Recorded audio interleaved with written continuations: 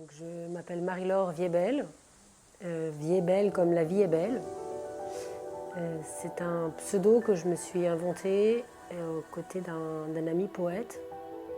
Alors j'ai un parcours un peu atypique, je me suis investie depuis une dizaine d'années, une quinzaine d'années même, sur la graine la plus grosse du monde, qui s'appelle le coco de mer, que j'ai transformé en graine de vie. Donc la graine, c'est le symbole du cycle. Et moi, c'est à travers ce travail des graines, j'ai voulu faire une allégorie de cette vie qui peut repartir, quoi qu'il arrive, sur autre chose. Et depuis quelques années, j'essaie de m'échapper de ce point de départ. Et là, actuellement, je travaille sur l'os qu'on appelle l'os de vœu. C'est un os en forme de V. Voilà, j'essaie de raconter des histoires aussi à partir de cet os.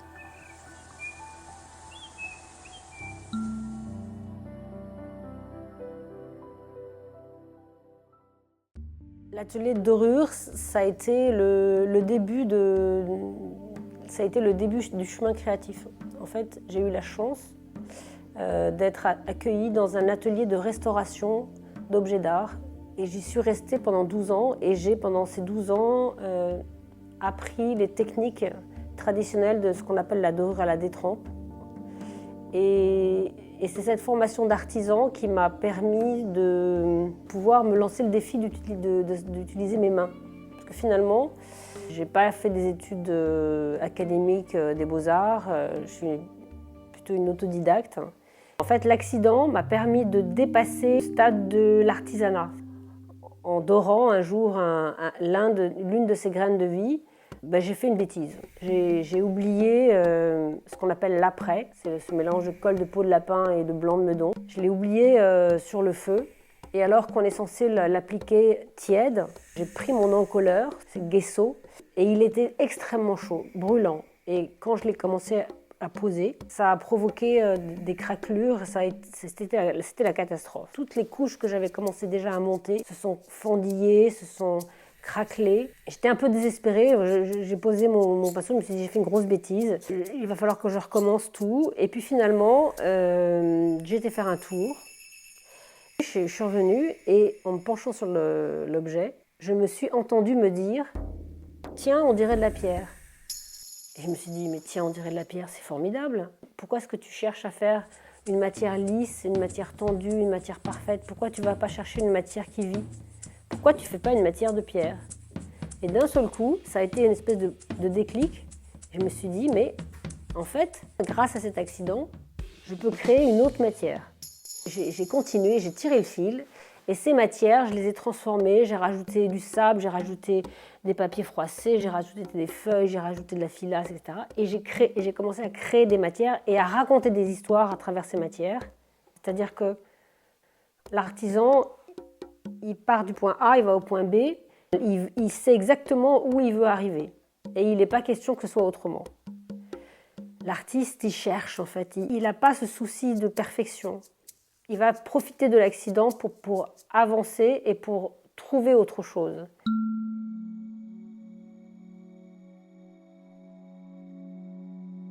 Je pense que d'avoir une âme d'artiste, c'est ça en fait, c'est d'être en quête.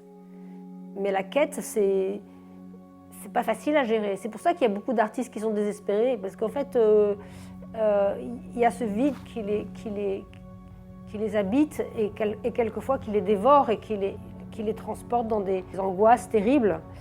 Et pour ne pas sombrer complètement, chacun a sa solution magique pour pouvoir trouver une manière de se raccrocher à quelque chose qui va vous faire avancer. C'est un peu comme l'écrivain devant la page blanche. Quelquefois, il est là et les mots ne viennent pas.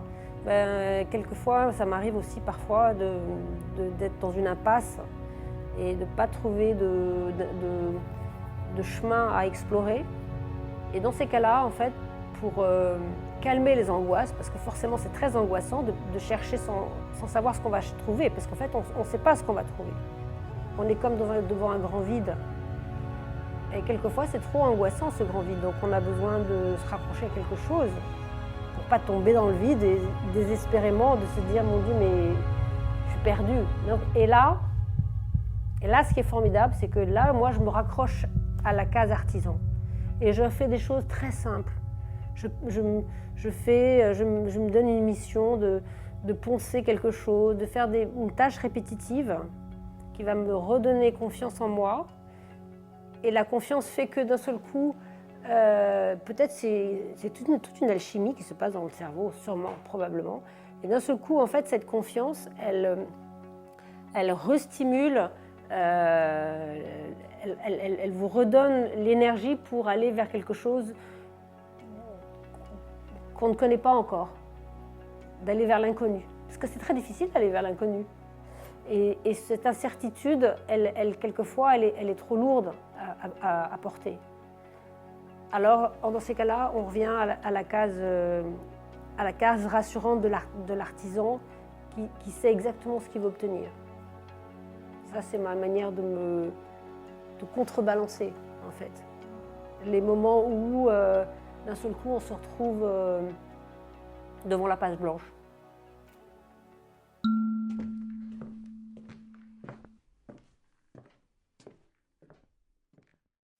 J'ai une amie qui m'a dit un jour, elle me dit « Alors, comme ça, un matin, tu t'es réveillée et tu étais artiste. »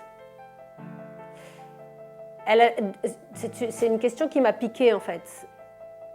Parce que, d'une certaine manière, elle avait raison. Je ne m'étais pas investie dans le milieu de la création avant. Je ne me servais pas de mes mains et je ne me servais pas de ma créativité. J'ai mis très longtemps à prendre conscience que j'avais en moi ces facultés-là. Tout ça s'était endormi. J'ai été mariée à Dominique de Villepin pendant plus de 30 ans et je l'ai suivi en tant qu'épouse de femme de diplomate. Et j'étais au service de la famille et de son métier, qui est un métier qu'on fait à deux, surtout quand on vit à l'étranger. Je marchais toujours 10 mètres derrière lui, comme ça je pouvais rester libre. Je n'avais pas les officiers de sécurité et je pouvais prendre le métro et je pouvais aller dans les magasins toute seule et j'étais anonyme. J'ai beaucoup œuvré à pouvoir rester anonyme pour pouvoir avoir ma vie à moi. Sinon j'étais mangée par la vie publique. Et à un moment donné, quand on croit que... Alors peut-être c'est formidable d'être connu, mais à un moment donné ça devient destructeur total, parce qu'en fait, vous ne vous appartenez plus. Les gens viennent vous voir, ils vous touchent et ils vous disent « on se connaît, on se connaît ». Et ils disent « ah non, pas on se connaît, vous êtes connu ». Donc ils s'approprient votre vie et c'est très déstabilisant, c'est très destructeur. Donc moi j'avais besoin de me retrouver, c'est pour ça aussi peut-être le parcours de venir dans l'atelier, de se retrouver avec le travail, avec les mains. Ça a été pour moi un équilibre fondamental dans toutes ces années, comme une espèce de cocon protecteur, essentiel.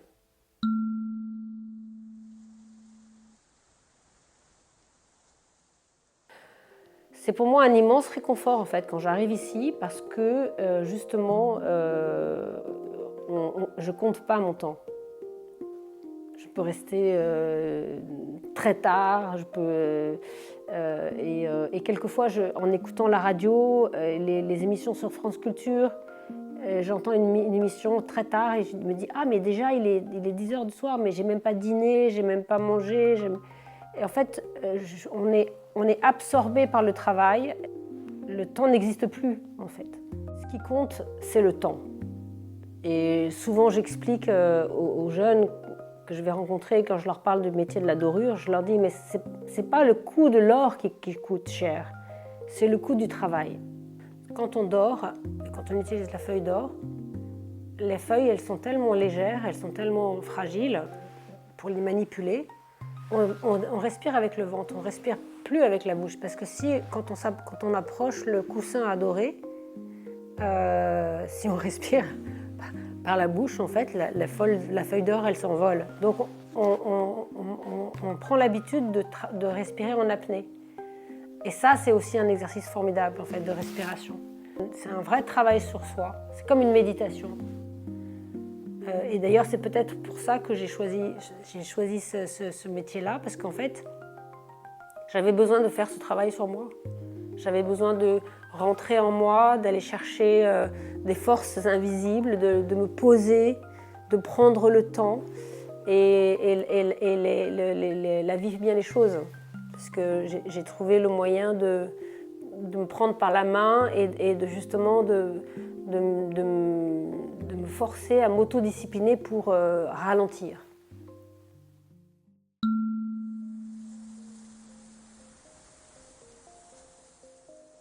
La nature, c'est le début de tout. C'est ce qui nous nourrit et c'est ce qui nous fait grandir et c'est ce qui nous inspire. C'est celle qui nous relie à nous-mêmes. J'ai eu une grande leçon de vie. Un jour, j'étais en Chine, j'étais à Suzhou, dans un jardin traditionnel. Il y avait des pavillons.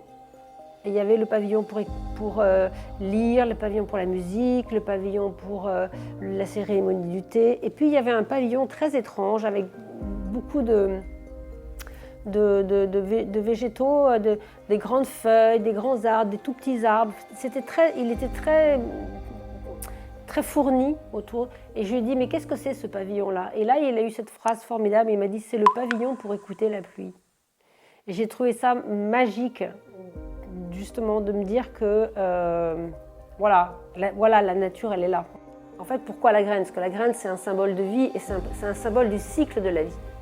La graine, on la plante, elle germe, elle donne une fleur, et avant de mourir, la fleur donne d'autres graines qui elles-mêmes vont germer. Donc c'est pour ça qu'on la recouvre d'or. Parce que l'or, c'est le matériel, c'est ce qu'on appelle la chair des dieux, les larmes du soleil, c'est la matière la plus noble, inaltérable, qui est rare. On met ce qui est le plus précieux, surtout ce qui est sacré. Et la graine, elle est sacrée parce que la graine, c'est la vie. Pourquoi je les ai recouverts d'or? Pour célébrer le cycle de la vie et la beauté et le sacré de ce que représente la vie.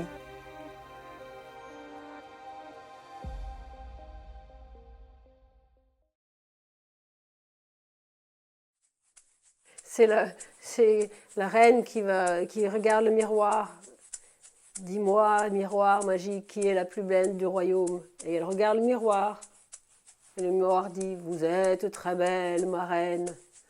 Mais Blanche-Neige est encore plus belle que vous.